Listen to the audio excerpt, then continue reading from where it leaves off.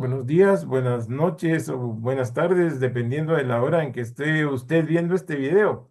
Este es uno de los videos que estamos grabando para la Unión Astronómica Internacional con la ayuda de la Universidad Galileo y su Instituto de Astronomía. Es con motivo de la celebración del Día de la Niña y la Mujer en Astronomía, que se celebra en el mes de febrero. Estamos haciendo entrevistas a mujeres que se han destacado en el campo de la ciencia por sus logros. Así que en esta mañana vamos a entrevistar a Karina Santizo, a quien conozco porque estudió el diplomado en astronomía en la Universidad Galileo exitosamente y posteriormente nos dio la noticia que sacó su maestría de astronomía en la Universidad Internacional de Valencia. Así que, bienvenida, Karina. Buenos días. ¿Cómo está usted? Buenos días, bien, gracias. Agradezco la invitación. Muchas gracias. Pues entremos en materia. ¿Cómo se inicia usted en astronomía? Mm. ¿Cómo es ese acercamiento de Karina Santizo hacia el tema de la astronomía? Bueno, mi interés por la astronomía inicia en la infancia. A mí me gustaba mucho ver el cielo, apreciar las estrellas, pero recuerdo particularmente una experiencia que marcó mi curiosidad científica. Cuando yo era muy pequeña, vi una película llamada Encuentros cercanos del tercer tipo Ah, sí. y yo me pregunté si era posible que seres de otro planeta llegaran a la Tierra y, de ser posible, si podíamos comunicarnos con ellos a través de sonidos. Esa noción despertó en mí esa inquietud por entender que había más allá de lo que yo podía ver. Después, en 1991, hubo un eclipse total de sol que pudo ser visible acá en Guatemala, y al observar ese fenómeno me pregunté qué leyes regían el universo, por qué sucedían esos fenómenos. Y eso me impulsó a investigar. Sin embargo, pues en esa época el acceso a la información científica no era tan fácil como lo es ahora. Así que pues mi contacto con la astronomía todavía no fue en ese momento, y con la astronomía de manera concreta, ¿verdad? Cuando me tocó elegir mi carrera universitaria, decidí elegir una carrera que estuviera relacionada con el área de matemática y física, porque pensé que de esa manera podía llegar a comprender los fundamentos que explican los fenómenos físicos y astronómicos. Finalicé mis estudios y decidí que quería estudiar algo de astronomía. Empecé a buscar alguna carrera relacionada en Guatemala, pero no encontré. Encontré únicamente en universidades del extranjero, y en ese momento, pues para mí no era una opción. Entonces inicié otra carrera, una licenciatura también relacionada con matemática y física, y al finalizar esa licenciatura decidí que quería estudiar un posgrado, pero el posgrado tenía que estar relacionado con astronomía, porque era algo que me había inquietado desde pequeña y era una de las metas que tengo en la vida, y lo había pospuesto porque no había encontrado la manera de estudiarlo. Empecé a investigar en la red y me di cuenta, encontré el programa de maestría en astronomía y astrofísica de la Universidad Internacional de Valencia. Me inscribí. Eso fue un proceso bastante exigente. Sin embargo, lo logré culminar exitosamente y me gradué. Y pues hasta el momento, así de manera muy breve, ese ha sido mi camino por la ciencia y la astronomía. Qué interesante, pero primero me regreso a la película, Encuentros cercanos del tercer tipo, fue fascinante, a mí me encantó también y uno a veces cuando los científicos se ponen muy rígidos, no, que no aceptan cosas de ovni ni nada de eso, pero fíjese que esas cosas llevan mucho a las personas hacia la ciencia, porque uno entra a ver si pueden haber extraterrestres, pero se hace un montón de preguntas y esas preguntas lo van llevando, quiera que no, lo van llevando a uno a un estudio científico. Entonces, Exacto, así es. a veces no hay que ser tan drástico con la gente que anda buscando extraterrestres, ovnis, etcétera, porque realmente esto es lo que provoca muchas preguntas a la persona de dónde vienen, cómo hacen para moverse en el espacio, las distancias o de qué planeta, y uno empieza a estudiar los planetas, porque a mí me pasó algo parecido. Empecé a estudiar la luna para ver si era posible que venían de la luna. Después me di cuenta que no, no había nada, no había atmósfera, no había nada. Luego Marte y así. Entonces me parece interesantísimo el tema que usted señala ahí de la película. Dentro de todas las personas que nos miran, es posible que haya muchas que hayan iniciado igual, con una película. Tal vez no la misma, pero con una película que puede ser yo, E.T. o El Contacto o alguna otra que que esté relacionada con ciencia o con, no necesariamente directo con ciencia, pero sí la llevó hacia la ciencia. Eso es importante. Lo otro que me parece importante es el eclipse. Un fenómeno así que atrae a las personas hacia la ciencia también, porque yo me imagino que usted se preguntó, ¿y esto por qué se da? ¿Y esto qué está pasando aquí? ¿Verdad? Es porque es impresionante. Un eclipse de sol, yo me recuerdo cuando se oscureció todo y empezaron a brillar las estrellas y era algo que la gente lloraba, lloraba, así se le salían las lágrimas de la emoción y era una cosa nunca antes vista en Guatemala. Nunca habíamos visto una cosa así, por lo menos en nuestro tiempo de vida. Y, Exacto. ¿sí? Y yo recuerdo que las personas se impresionaban porque los animales se fueron a dormir. Exacto. Creo que tuvo una duración de 7 minutos y fueron tantas experiencias de las personas que estaban a mi alrededor que yo realmente me preguntaba, bueno, pero ¿por qué sucede? No, no es el fin del mundo, ¿qué está pasando? Entonces, pues así inicia todo este camino que yo creo que se genera, me parece, por la curiosidad. Uno tiene curiosidad y quiere encontrar respuestas a las preguntas que uno se hace. Y eso lo lleva a uno a investigar. Claro que sí. Y aquí tengo otro tercer tema que me parece muy interesante, que es estudió licenciatura en matemáticas y física, ¿verdad? Sí, estudié un profesorado en enseñanza Profesorado.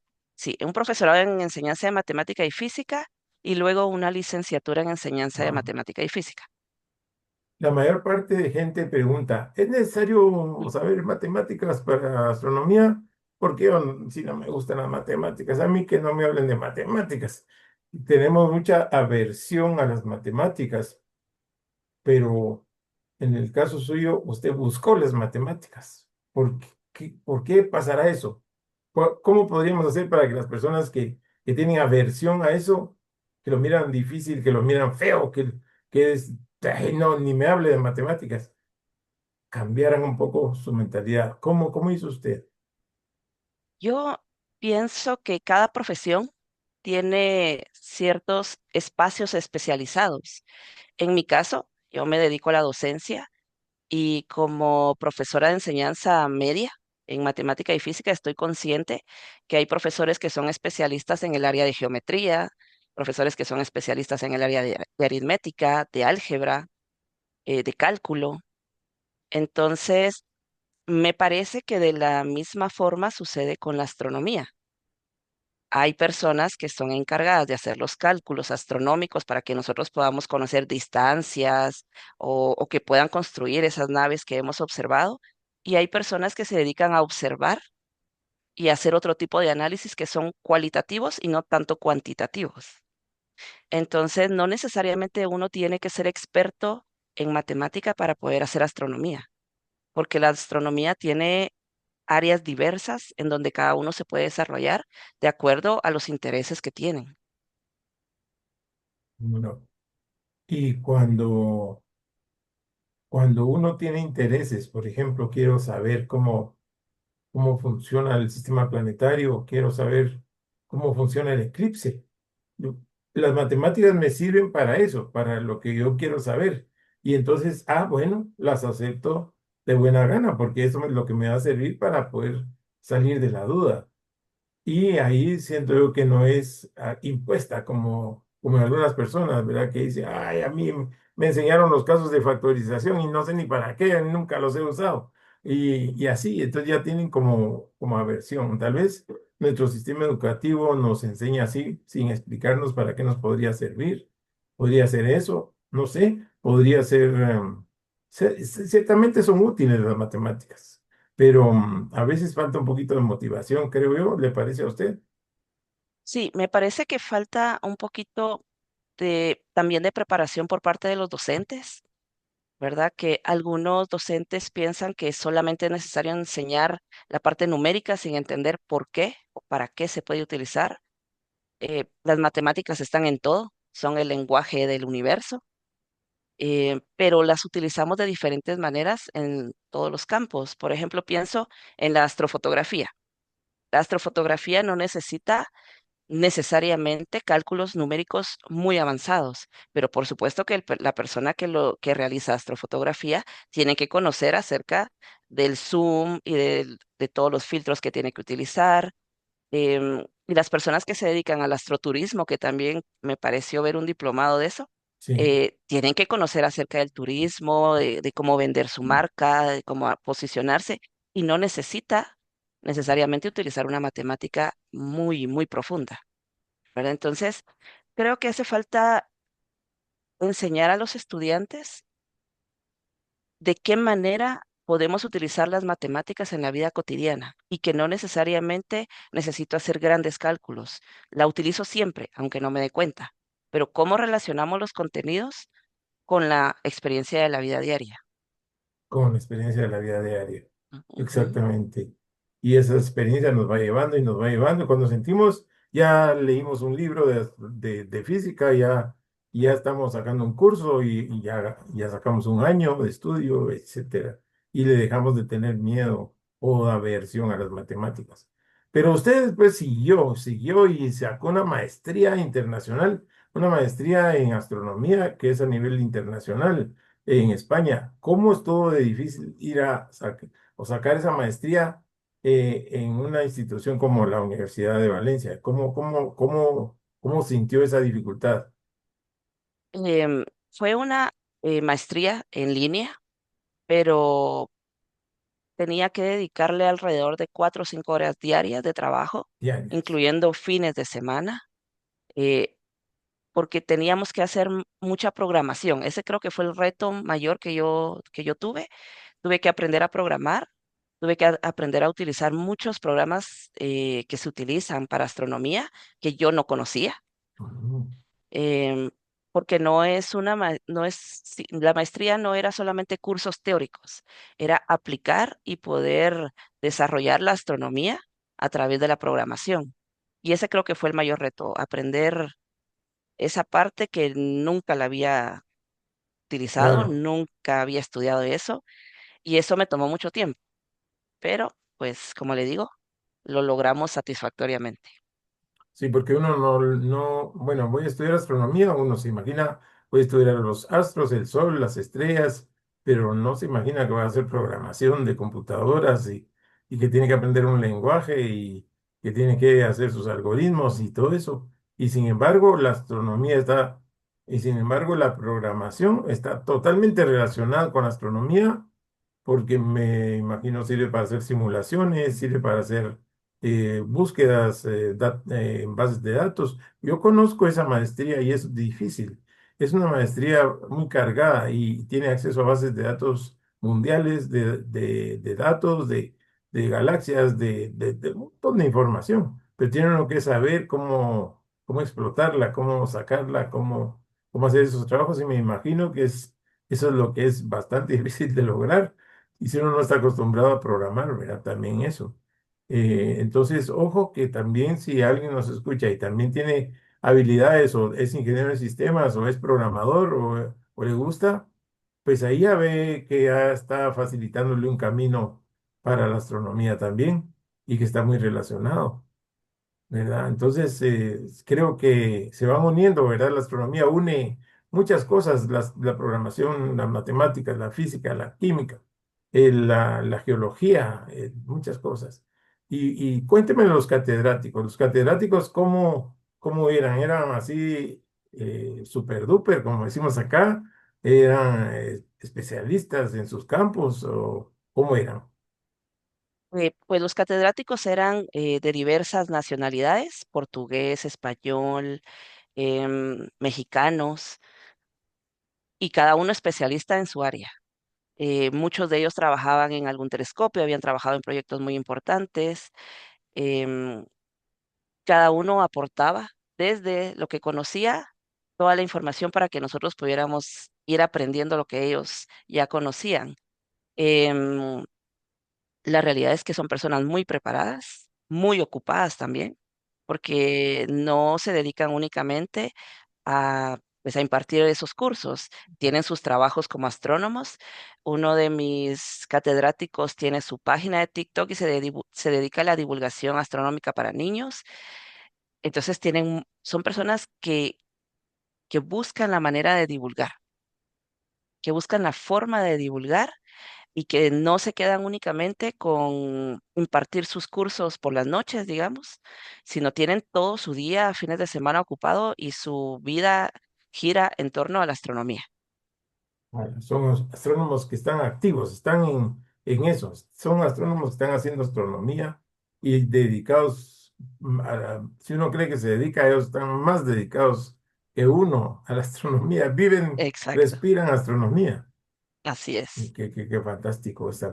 Y bueno, luego del esfuerzo de sacar, bueno, la pregunta que también tengo es, ¿su género le llevó algún tipo de dificultad, algún reto por ser del género femenino o no tuvo ese problema?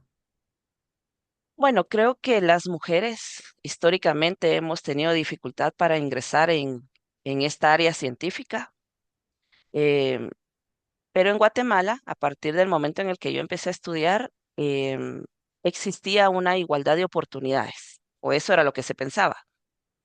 Sin embargo, para mí fue difícil ingresar en el área científica porque generalmente ha sido un área que ha sido dominada o siempre generalmente los científicos han sido hombres. Sí, Entonces, en el área que yo me desarrollo, que es la docencia, yo recuerdo en algunas instituciones educativas en las que yo laboré, a veces era la única profesora del área científica y el resto eran hombres. En algunas ocasiones me topé con comentarios acerca de si yo era capaz de impartir una clase de matemática o física, o pensando en estereotipos de por ser mujer que hacen en esta área. Gracias al trabajo de muchas mujeres guatemaltecas que han incursionado en la ciencia y que han demostrado a través de su trabajo que son profesionales exitosas, pues creo que los campos se han ido abriendo. Dentro de ellas puedo mencionarle a la doctora Mayra Castillo, que para mí es una de las mujeres en cuanto a ciencia, porque hay mujeres que se han desarrollado en muchas áreas, pero en cuanto a ciencia, para mí ella es un modelo. Yo a ella la vi, no puedo decir que la conozco porque nunca hemos cruzado palabra, pero la observé cuando fui a una actividad en la Facultad de Ingeniería de la Universidad de San Carlos y observé su desempeño notable. Luego yo me enteré que ella estaba dentro del comité que creó las Nacionales de Ciencia de la Universidad de San Carlos y también estuvo en el comité que creó el Congreso de Matemática Educativa. Y a mí me parece que dos, estas dos actividades han enriquecido el estudio científico, la divulgación de la ciencia en el ámbito educativo. Entonces, así como ella, creo que hay mujeres que han permitido abrir camino, que han permitido que las mujeres ahora estén mejor posicionadas y puedan colaborar en proyectos educativos, en proyectos de investigación o en proyectos de divulgación astronómica y de ciencia. pues un saludo a la doctora Mayra Castillo. Yo no tengo el gusto de conocerla, pero ya van dos personas que entrevisto así como usted, que me la refieren como un gran ejemplo de la mujer guatemalteca que se ha dedicado a las ciencias. Así que vamos a felicitarla y mandarle un gran saludo desde acá en esta entrevista. Pues es inspirador que existan ejemplos, ¿verdad? Porque así las niñas y las jóvenes que tal vez están pensando, me dedico, no me dedico a esto, me dedico a otra cosa. Por un lado, mis papás me dicen que si no, no voy a encontrar trabajo. Hay más, está más seguro ser digamos, a una de las profesiones como ingeniera, abogado o en lo que sea, en vez de tirarme a físico o a matemático.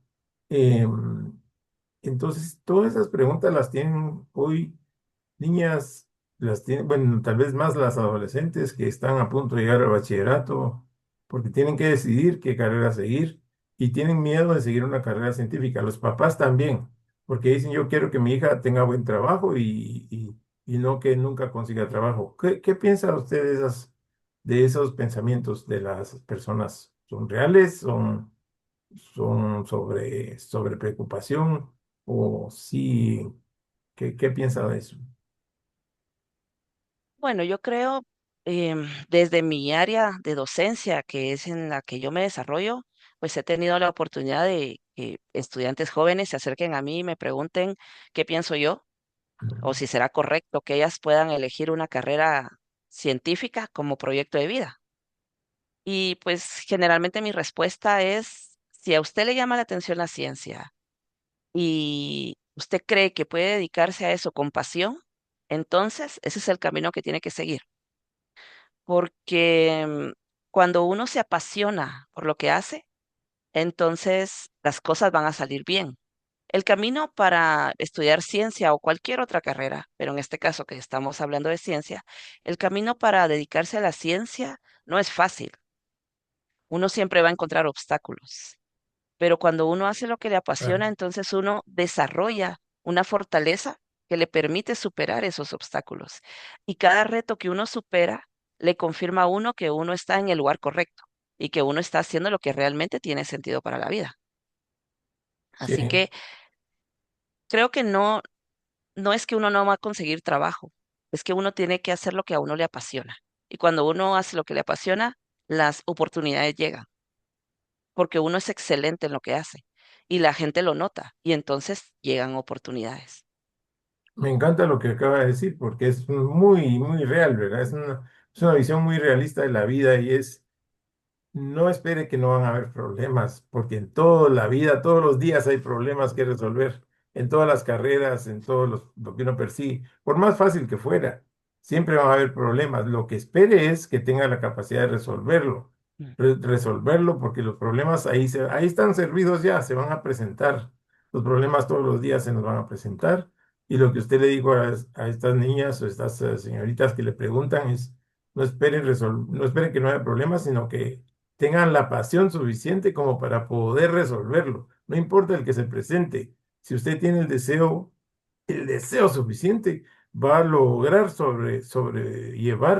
sobreponerse a los problemas que existan y hacer su lugar en esa profesión. No que la profesión le haga el lugar a usted. Usted va a ser el lugar en la profesión, que es lo que Así usted es, está diciendo. sí, Excelente, excelente, Ta. Me gustan mucho esas palabras, porque yo creo que espero que nos estén escuchando y nos escuchen y cada vez que este video esté volviendo a correr, nos escuche alguien que algún día diga, gracias a ese video me animé a estudiar astronomía, a estudiar matemáticas y logré hacer mi carrera. ¿Verdad? Uno nunca sabe a dónde va a llegar todo con estas palabras, porque así pasa como cuando lo de la película, como el evento del sol. Tengo entendido que también usted se especializó en algo muy interesante, em, que es como que ayuda a las personas que tienen algún problema físico para poder ver o escuchar.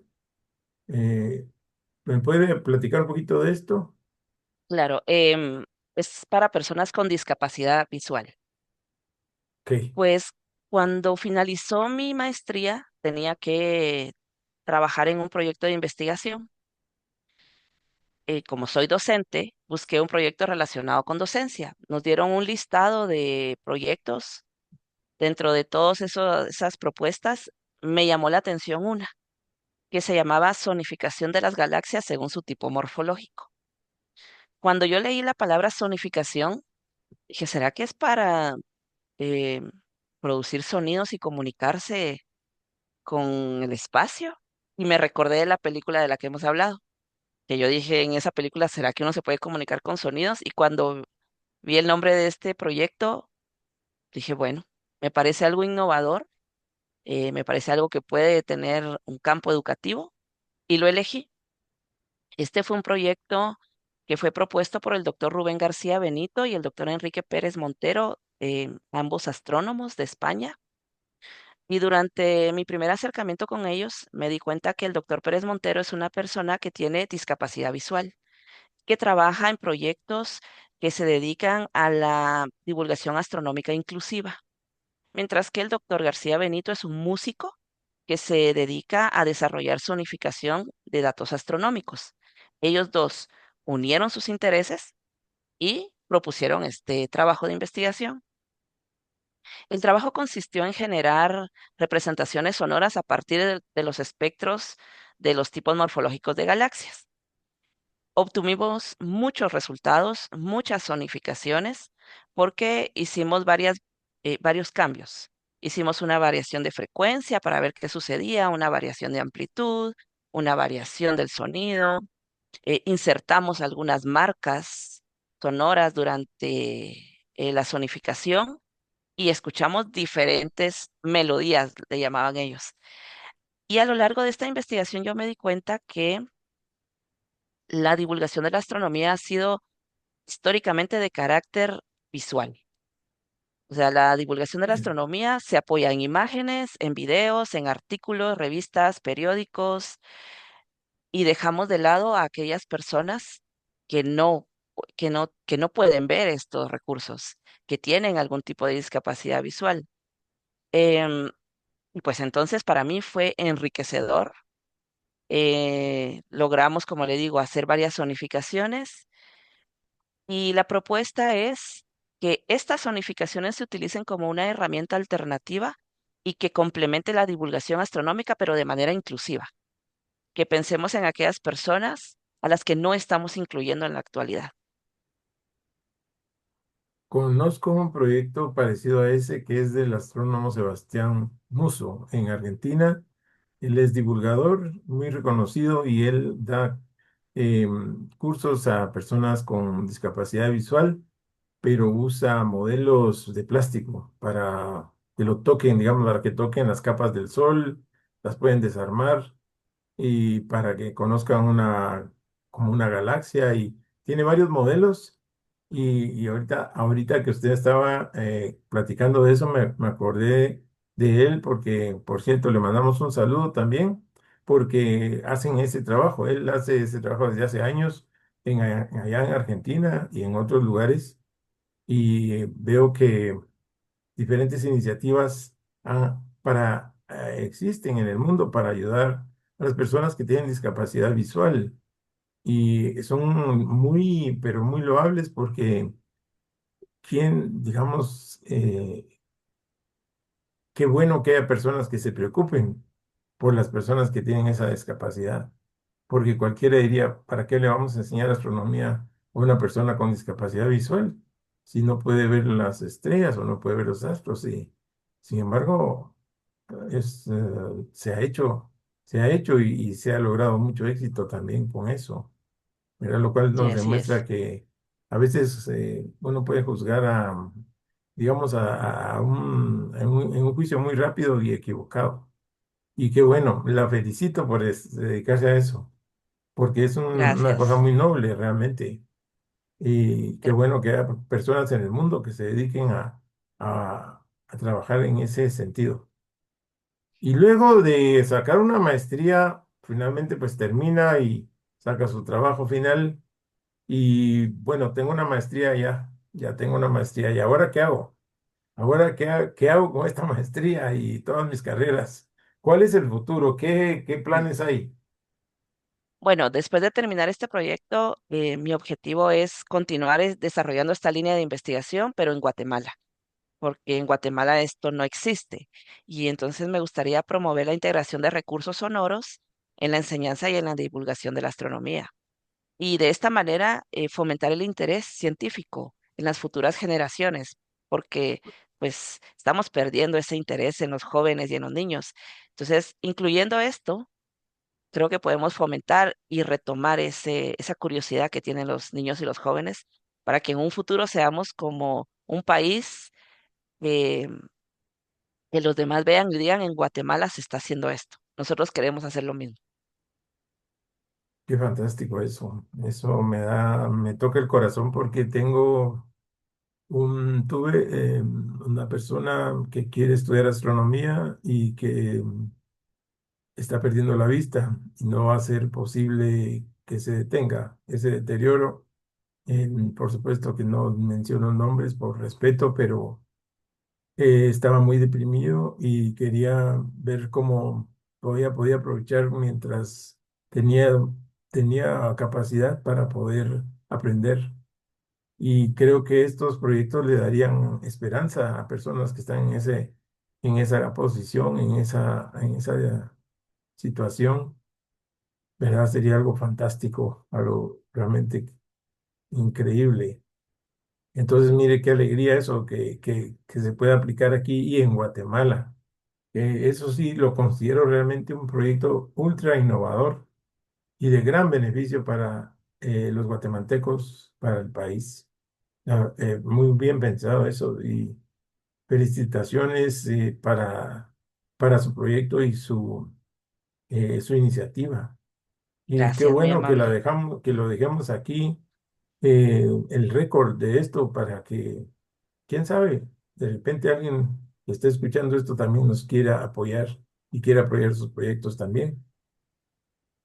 Ahora hablemos de niñas y otra vez jóvenes que están viendo que les gusta la ciencia. Ahí tengo una niña en una clase que tiene 14 años, 12 años y le fascina la astronomía. Pero está pensando si sigo esto, no lo sigo porque tal vez mejor lo agarro por otra carrera, pero está para mientras es una punta de lanza, porque es apasionado. Tenemos también el ejemplo del niño de David López, que tiene 10 años y es una estrella, prácticamente ya sacó el diplomado de astronomía, el diplomado de astrobiología, ya los completó y es una persona que va siguiendo esto de la astronomía, es una pasión, él lo que tiene es la pasión. Entonces, a estas personas y a los papás, ¿cómo los ve? ¿Qué podríamos decirles a ellos? ¿Qué mensaje le podríamos dar? A los papás.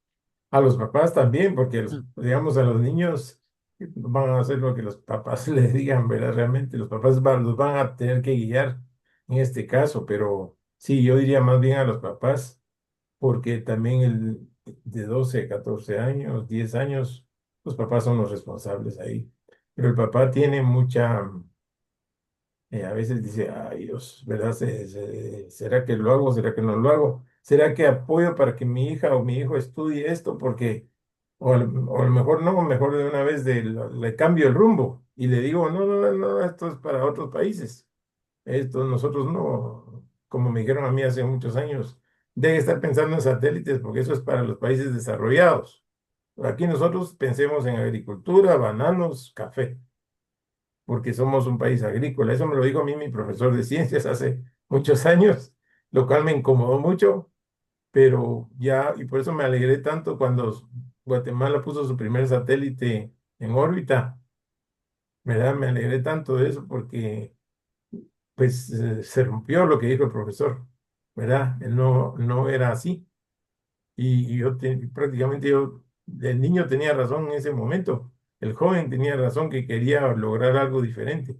Así hay hoy jóvenes en Guatemala, chicas también, chicas y jóvenes, niñas que están estudiando, que quieren y que están pensando hacer algo diferente. ¿Qué mensaje, usted que ha hecho algo diferente, qué mensaje podemos darle?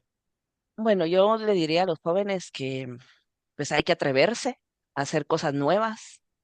Muchas veces pensamos en si yo pudiera hacer algo, pero no nos atrevemos. Y alguien más lo hace y nosotros luego pensamos si yo lo hubiera hecho, si me hubiera atrevido a hacerlo. Entonces, creo que los jóvenes tienen un campo muy grande. Los descubrimientos y el área científica sigue avanzando a pasos agigantados. y hay mucho campo para todos, para cada uno de los jóvenes, de las chicas que quieran ingresar a la ciencia, hay campo para todos. Y para los papás, pues yo podría decir, hay que apoyar a los hijos, porque uno, creo que desde que los hijos son menores, uno nota cuál es su interés. Y uno lo que debe hacer es apoyarlos y ayudarlos a desarrollar esas habilidades que ya traen. Porque cuando empezamos a decirles eso no, o a decirles no, encuentra otro camino, eso no le va a dar dinero, em, terminamos haciendo personas que luego se van a dedicar a una carrera que probablemente los va a frustrar, que probablemente no les va a dar la felicidad o el éxito que ellos esperaban. En cambio, si cada uno de nosotros como padres potenciáramos las habilidades de nuestros hijos, tendríamos profesionales completamente diferentes, completamente capaces, como dije hace un momento, apasionados por lo que hacen, haciendo lo que tienen que hacer con excelencia y no buscando la manera de evitar hacer lo que les corresponde, ¿verdad? Entonces creo que la responsabilidad de los padres es muy grande. La responsabilidad del profesor también es muy grande. La responsabilidad del Ministerio de Educación también es muy grande. La astronomía es un curso que no se incluye dentro de la malla curricular del área de ciencias naturales. En un país como el nuestro, que tenemos una civilización antigua que eran astrónomos especialistas en observar los astros, que crearon un calendario, eh, ese legado cultural se ha perdido porque la astronomía no es parte de los estudios del ciclo escolar. Entonces, un estudiante no va a tener contacto con la astronomía en el ciclo escolar a menos que su maestro por alguna razón lo mencione. Y de lo contrario, esa curiosidad e interés que ellos tienen se pierde. Entonces creo que es una responsabilidad de todos. Creo que somos todos los que tenemos que ayudar a esas futuras generaciones a guiarlos por el camino que deben seguir para poder explotar esas habilidades. Y pues de esa manera también nuestro país puede recuperar ese legado cultural que hemos ido perdiendo. Cuando los jóvenes empiecen a prepararse en el área de astronomía o en el área de ciencia, entonces podremos pensar en un futuro en el que los guatemaltecos hagan investigación científica en Guatemala, sin necesidad de ir a otro país. Qué lindo esas palabras, qué verdaderamente, qué lindas palabras y qué bonita forma de pensar y de impulsar a las personas con estas palabras. De verdad que realmente da gusto escucharla a usted Gracias. hablando con propiedad porque ya lo ha hecho y ya pasó por ahí y lo está diciendo porque lo sabe y porque está convencida de que así es. Entonces, eso es muy valioso para una entrevista como la de hoy. Escuchar a una persona que lo dice porque lo sabe, porque lo ha vivido, porque tiene valor en sus palabras, tiene peso. Y realmente eso es lo que buscábamos con esta entrevista, realmente agregar valor a los conocimientos de la sociedad guatemalteca, de las personas que están por estudiar, de generaciones que vienen, también de las personas que están estudiando, porque estoy seguro que escuchar esta charla les va a dar mucha energía, les va a dar mucha inspiración. A mí me está inspirando esta charla, me deja inspirado, me deja Gracias. contento. Así que, bueno, le agradezco mucho el tiempo que nos ha dedicado. Felicitaciones por su trayectoria, profesorado, licenciatura, después maestría y una serie de cosas, proyectos muy bonitos que deseo que tengan mucho éxito. Y no Gracias, sé, muy amable. pedirle un mensaje final para cerrar esta entrevista. Bueno, mi mensaje final sería para todos aquellos jóvenes que aún dudan si la ciencia es para ellos. Sí, la ciencia es para todos. Tenemos que elegir siempre hacer lo que nos apasiona, lo que nos hace felices. El éxito se mide diferente para cada uno. Lo que para mí es exitoso no necesariamente es exitoso para mi compañero. Y entonces yo tengo que hacer lo que para mí es el éxito, porque eso me va a traer la felicidad. Voy a ser un adulto feliz, un adulto exitoso que le va a aportar cosas positivas a esta nuestra Guatemala que realmente necesita cosas positivas en estos momentos. Y los jóvenes son el futuro. Es con quien tenemos que apostar y esperamos de verdad, yo de verdad espero que cuando yo tenga, no sé, si llego a mis 70 años, yo vea una Guatemala diferente, llena de científicos que hacen investigación aquí en Guatemala. Muchas gracias, Karina. Le agradecemos mucho y le deseamos que tenga un bonito día. Y gracias por esta charla. Gracias, muy amable. Gracias por la invitación.